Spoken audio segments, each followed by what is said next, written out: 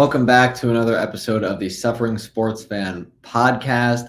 We are officially a week out from the start of the NFL season. Well, actually, the first Sunday of the NFL season, where we'll see a lot of amazing week one games take place. But, Dad, college football season has been underway for a week now, and we're just starting to get into the thick of it. Some really exciting week one games. You had Texas A&M and Notre Dame and Clemson and Georgia, some really premier matchups. But I know in our household, none bigger than the Florida Gators versus the Miami Hurricanes. And unfortunately for the Gators, it did not go our way. Both big Gator fans, you and I. And the title of this podcast is The Suffering Sports Fan. And oh boy, did they make you suffer. Yes, it's very appropriate. And part of why we started this podcast was not only to talk about being suffering Dolphin fans, and why we didn't put Dolphins in the title specifically was for situations like this, where we could come on and talk about other things that just are awful. And I'm a big Gator fan and alum, and it's just been bad, man. Last night was maybe rock bottom. It was pretty terrible. I mean, you lose the opener at home. I think we had won like 30 or 40 straight home openers or something at home, and there's that. You lose to an interstate rival, the Canes of all teams, who you just hate to lose to. Yeah.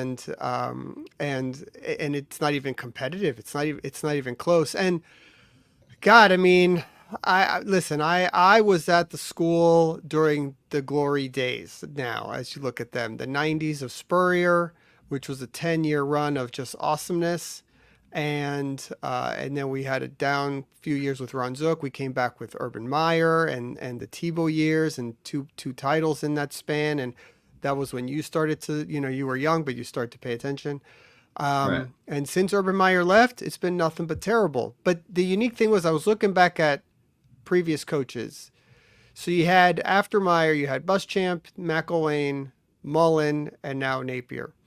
The previous three, the first year they coached, had really good seasons. 11-2, 10-3, something like that, a really good bowl game. And then it fell off a cliff. Mullen actually had 2 good years before it fell off a cliff. Two very good years. Don't really know what happened there. He recruited Anthony Richardson. Uh-oh. The fire alarm. Fire alarm?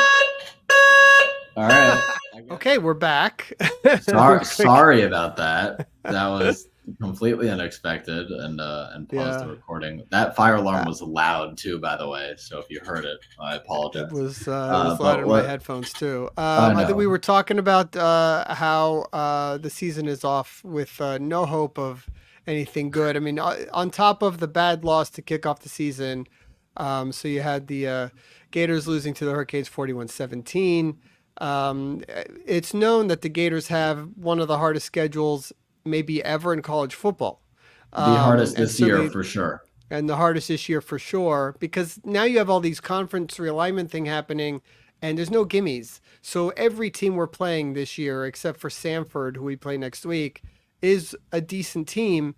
And the last 5-6 games in a row are a gauntlet of it's just ridiculous. It's Tennessee, Kentucky, Georgia, LSU, Ole Miss, and FSU. I mean, I don't know that we win a game in that. No team in the country plays more ranked opponents and SEC opponents at that. I mean, they're going up against some of the best defenses in the country in the SEC. And if the Florida offense and Graham Mertz continues to throw the ball and perform like how they did against an ACC opponent in the Hurricanes, which should have been a little bit easier, it is not going to be good for Florida down the stretch. And I'm afraid that if Billy Napier cannot complete a winning season this time around, he might be out the door after year 3.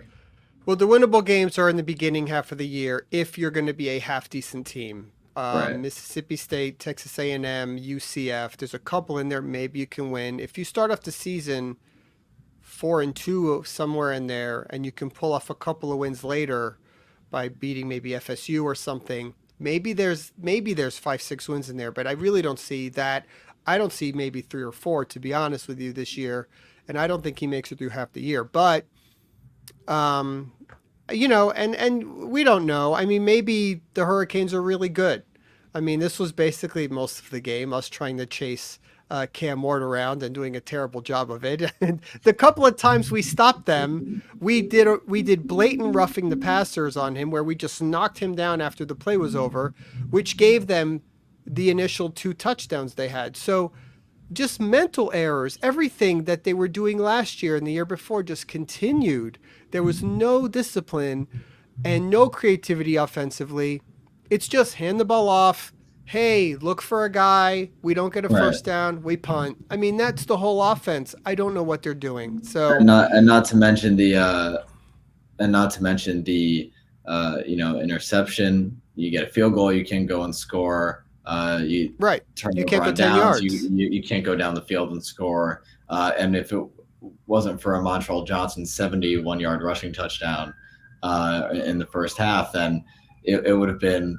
It would have looked way over a lot earlier, and so that kept them in the game for a minute. But I mean, in the second half, Miami just ran away with it. I mean, you got to give it up to Cam Ward. I mean, arguably the best transfer this offseason, and probably best quarterback transfer goes to the Hurricanes. And as Gator fans, we don't want to see that, but I mean, he showed out, and Xavier Restrepo, the wide receiver for Miami, showed out as well. He's going to be all ACC. Look, they have talent. So, They have talent, and Cam Ward looks like he's pretty good, but you don't know based on the Gators yesterday how good the Canes really are. Offseason hangover is real. I think you saw it with the Gators a little bit. Graham Mertz can complete more than 6 passes in a game against Georgia. I think the offense was just completely out of sync, and you saw it with a lot of teams around the country. Clemson had the unfortunate pleasure of playing Georgia, the number 1 ranked team in the country, to open up their season, and only ended up with 3 points. But the first half, they only allowed 6 points. So it was a defensive game in the first half, and then Georgia's offense just got on the same page and ran away with it. And if you were watching the Texas A&M and Notre Dame game last night, same thing. The teams looked out of sorts. Second half, Riley Leonard completes a few passes. Notre Dame ends up winning that game. And even, I go to Syracuse. You saw it with the Orange yesterday.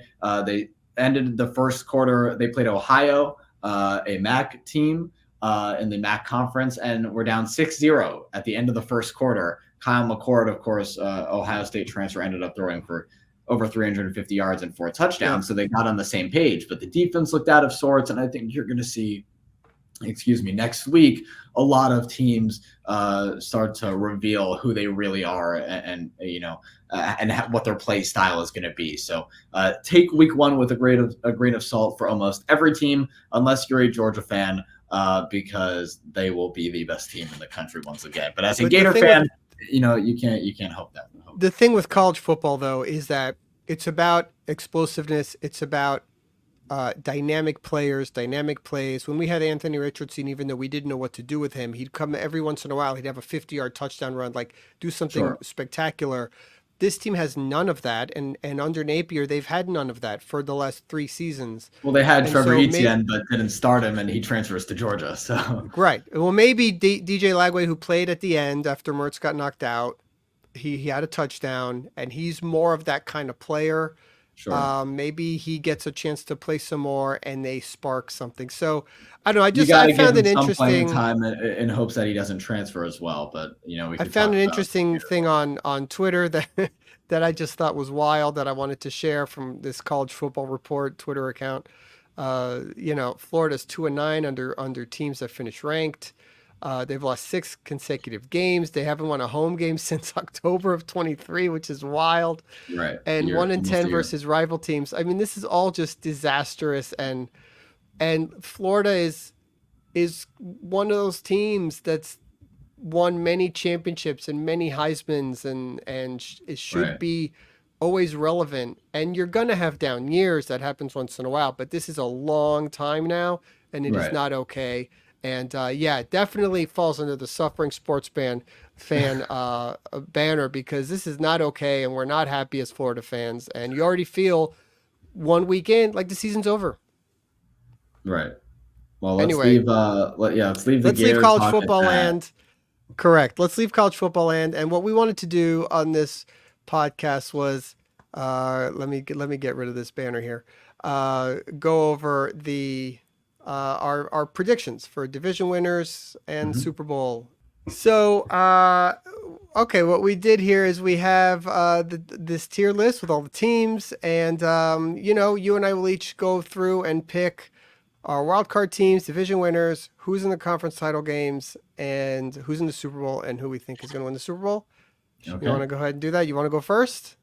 Sure, I will go first. So give me Obviously your wild NFL. card teams. Yeah, NFL Let's start season there. starts on Thursday with the Chiefs and the Ravens. And so I'm going blind right now. Really, I'm going based on my gut, after preseason, all that, taking everything into account. So I will, mainly Dolphins podcast. So let's start with the AFC. So I'm going to give you my wild card teams first in the AFC. So here we go. So Okay. at the 5 seed, I guess I'm going to go with the Cincinnati Bengals Okay. as the 5 seed. 6 seed, I'm going to go with the Buffalo Bills. So that should tell you something there. And with the 7 seed, I don't know if this might come as a little bit of a surprise, but I'm going to go with the Houston Texans as Okay. the 7 seed, which again might give you a little clue there. But yeah, that is my AFC wild card teams. Why don't we continue with the AFC and then we'll do the NFC after? Sure. So my division winners in the AFC, I'll go from 1 to 4, just so it's laid out that way. Number 1, I'm going to go with the Kansas City Chiefs. They will be once again atop the AFC. Had a little bit of a down year last year, and they ended up winning the Super Bowl. So there's no doubt in my mind they'll be back on top again with kind of a revamped offense. Year 2 with Pacheco, and now they got Xavier Worthy. All these guys and Mahomes and Kelsey are still Right. there. So they're going to be at the top. Number 2, I'm going to go with the Baltimore Ravens as the 2 seed. I do think it'll be close in that AFC North division, but I ultimately think just 2 teams from that division, the Ravens and the Bengals, will make it into the AFC playoff. And then 3 seed, I'm going to go with the Dolphins here. We said in our last episode or in a previous episode that we gave our schedule predictions for the Dolphins. I think that they were going to go 13-4. A little too high. I think that might be too high. But realistically, I do believe that they can win the division this year. They have an early 2 games against Buffalo in their schedule. They don't have to go to Buffalo late in the year. I think those are going to be the games that help them win the division, and you got to pull away with one of them. And if they can do just that, I think the Dolphins will win the division. Now at 13-4, that might be a 1 seed. So I do think I'm going based off division winners here, but who knows? Maybe the Ravens and Chiefs can be better than 13-4 or have that same record. If there are going to be 2 teams, it's going to be those 2. And then the 4th seed in the AFC, I'm going to go the Indianapolis Colts. Oh wow. I picked them over the Jaguars and over the Texans. I think the Colts defense is going to be sneaky good. I think Jonathan Taylor and Anthony Richardson are just going to run all over everybody. What worries me is his passing game a little bit. Sometimes he likes to make some crazy plays and get them into trouble, but I do think the Colts are going to be really good. And so in the AFC title game, I'm trying not to pick the Dolphins here. But if we're going based off of matchups, the Kansas City Chiefs, regardless of who they play, I think will be back in the title game. It's like the Patriots. How do you not pick them every year? And then if we look, and I don't know if Jamar Chase is going to play. I don't know who else is going to be there. I'm going to go with. I'm just going to go ahead and say the Baltimore Ravens. I think we could see a rematch there, and I'll hold off on my Super Bowl pick in just a minute. So let's go to the AFC. Okay. Let's go to the NFC now. NFC wild card teams. I have the Bears as the 7 seed sneaking in. I have the Los Angeles Rams as the 6 seed. I think the Rams will be back in the playoffs once again. The Bears, newcomers, obviously haven't been in the playoffs since 2018. And I have the Philadelphia Eagles making it in as well as the 5 seed as a wild card, similar to last year. Then we look at the division winners in the NFC. At number 4, the 4th seed, I'm going to go with the Atlanta Falcons. I think they win their division easy. There is not another competitive team to me in the NFC South. It's arguably the worst division in football, but I do think the Falcons will be pretty good this year. And then 3, I'm going to go with the Cowboys. I don't know if that's a surprise to people or not. I think as long as you have Dak Prescott throwing a CeeDee Lamb, you're fine. The defense has Michael Parsons and all their guys. Trevon Diggs is coming back. I think they're going to be a better defense than they were last year. At number 2, I have the 49ers. And at number 1, I have the Detroit Lions. And so that is my division winners for the NFC right there. Okay. Now, in the conference title game for the NFC, who am I going to pick? I'm not going to pick the 49ers purely because I believe that the team that loses a Super Bowl every year does not end up being good the next year. That's usually that being said, on paper, the Niners are still a very good football team. I'm not going to go with them, though. I will pick the Detroit Lions. I do think the Detroit Lions can make it to the conference title game. I do believe that. And once again, I don't know if this will come as a surprise to any people, but I do believe that if you have a 4-5 matchup, potentially the way that I have it with the Falcons and the Eagles, I think the Eagles can win that game easy, although the Falcons will put up a fight. I think they will compete in the next round as well. I'm going to go ahead and say the Eagles will make the conference title game. And now I'm going purely based off of gut. I did not make these predictions. I listed out who I wanted 1 through 7 in each conference. I'm going based on my gut right now of who I think. Yeah, that's fine. Sure. Title game and beyond. In the Super Bowl, however, let's go with the NFC. While I do love the Lions as a whole, and I think Dan Campbell's culture that he's built is amazing, made the conference title game last year. Unfortunately, I just don't think they have the championship pedigree outside of Jared Goff to compete for a championship just yet. They're going to get close, which is why I'm going to go with the Eagles.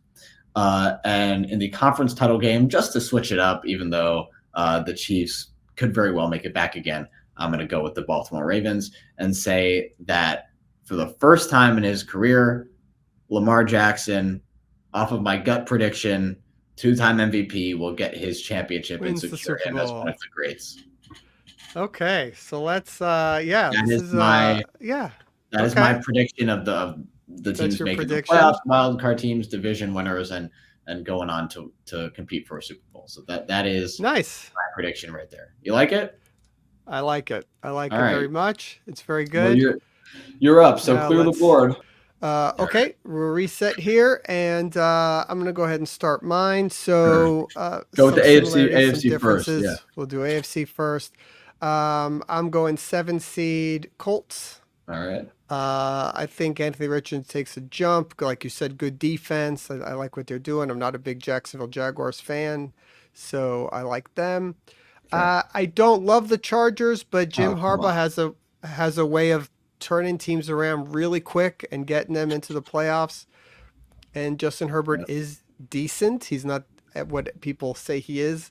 But I think he is a good quarterback, and we'll see just how good he is because he lost all his wide receivers. All right. And the Ravens are going to be my other wildcard team. Okay. Division winners. You said similarities. It's not similar right now. All right. Kansas City. I got Miami. I don't really have these in 1, 2, 3, 4 necessarily like you. I didn't think about it that much ahead of time, but I like the Texans. And I like the Bengals. I think Joe Burrow is still Joe Burrow. They still got Jamar Chase. They're going to make it back. Baltimore takes. If Jamar Chase plays, we don't know. He's still showing up late to practice. I've got to believe he's going to play. That would be crazy for him to not play. Conference title game. I think Miami makes it to the conference title game, as do you, but we're not going to pick them here just because it's sort of pointless. So outside of Miami make it to the conference title game, I am going to go Kansas City again versus the Texans. Okay. And listen, they are stacked. I think Houston is for real. If CJ Stroud really is going to build on what he did last year, then they have everything else. Plus adding Stephon Diggs, Joe Mixon, all the other wide receivers, good defense. That is a team that could be a problem. Or maybe CJ Stroud was just a fluke last year. People watched some tape on him and he comes back down to earth. So who knows? But I think they're going to be pretty good. So that's my AFC. All right. NFC, I got Chicago. I like Oh, okay. Detroit as a wild card, and I got the 49ers as a wild card. Taking a step back. So I think that means you have 3 teams from the NFC North making it in the playoff. Yes, correct. So I have Green Bay winning that division. Wow, okay. Like you, I have Atlanta. I think they're going to be really good. I think Kirk Cousins is going to show out. I like the Rams to come back and win that division this year. And I think Philly's going to rebound and have a really strong year. That's a team that started off, people forget. People think they fell off, like they were 10-1 last year. Right. Like they were really good. And then just injuries and just stuff happened. And, So you have the Cowboys missing out on the playoffs. I have the Cowboys missing the playoffs. Wow, okay. Correct. All right. I think that's enough of them already. Conference title game. They're playoff consistent. It doesn't. I'm not saying they're going to the Super Bowl. I'm just the playoff wise. I mean, what is there a year where they're typically not in there? I don't know. Yeah, no, it's true. And I don't know. Maybe the Bears Lions is a bit too much from that one division. All right, so conference title game for the NFC. I'm going Atlanta versus Philly. I think Atlanta's going to be the surprise team. There's always one weird team in there, and I think they're going to be pretty good. And I like I said, I like Philly to be back this year. And in the Super Bowl, I do have Philadelphia versus. I'm going to go Houston. Let's mix it up. It can't be Kansas City every year. Probably will be Kansas City again, but let's just hope it isn't. All right. And then you know what? I'm going Philly winning the title. Oh, okay. And we tried to keep our Dolphins bias out of this. Correct. This is us not picking Miami. We are hoping Miami will do it this year. That is the point of this podcast. We will suffer and still hopelessly root for our team. But I think these were, very good predictions for the year. Do you have since we're doing predictions and we're just talking about it before we head out of here, you got a MVP prediction this year? Well, based on how it laid out for me, I think it's probably looking Jalen Hurts or CJ Stroud probably as the MVP. CJ Stroud year 2, he was a potentially a finalist towards the end of last year. I see that. I see that as well. I don't know who I'd pick. I'm hoping for a non-quarterback though. I hope we get a surprise this year and someone just goes off. Tyreek, 2,000 yards. I think, I've seen on different channels that we watch, on Fox, ESPN, those different shows. It's sort of weird with Miami. It's either been like Miami's not going to be that good at all, or they have us winning the division and sometimes making the Super Bowl. So it's kind of all over the place with them. Some people are giving them some respect. I think everybody on the Rich Eisen show picked Miami to at least win the division, which is crazy. Yeah, crazy because Brockman, hates Miami. Yeah. So I think, I think the Dolphins. I'm gonna be surprised if that first game isn't just sort of like this crazy coming out showing where we destroyed Jacksonville 42-7 or something, and just because the offense is just gonna be fresh with some new wrinkles at home, and I just think that's how it's gonna start, and then we'll go from there. So hopefully we're right. I hear you. I hope this one's exciting. It comes Sunday. Thank you guys for watching again. We'll try and be more consistent with these now as the season comes up. And always follow us on, we do have an Instagram now and on Finn's Fan Podcast on Twitter. See you later.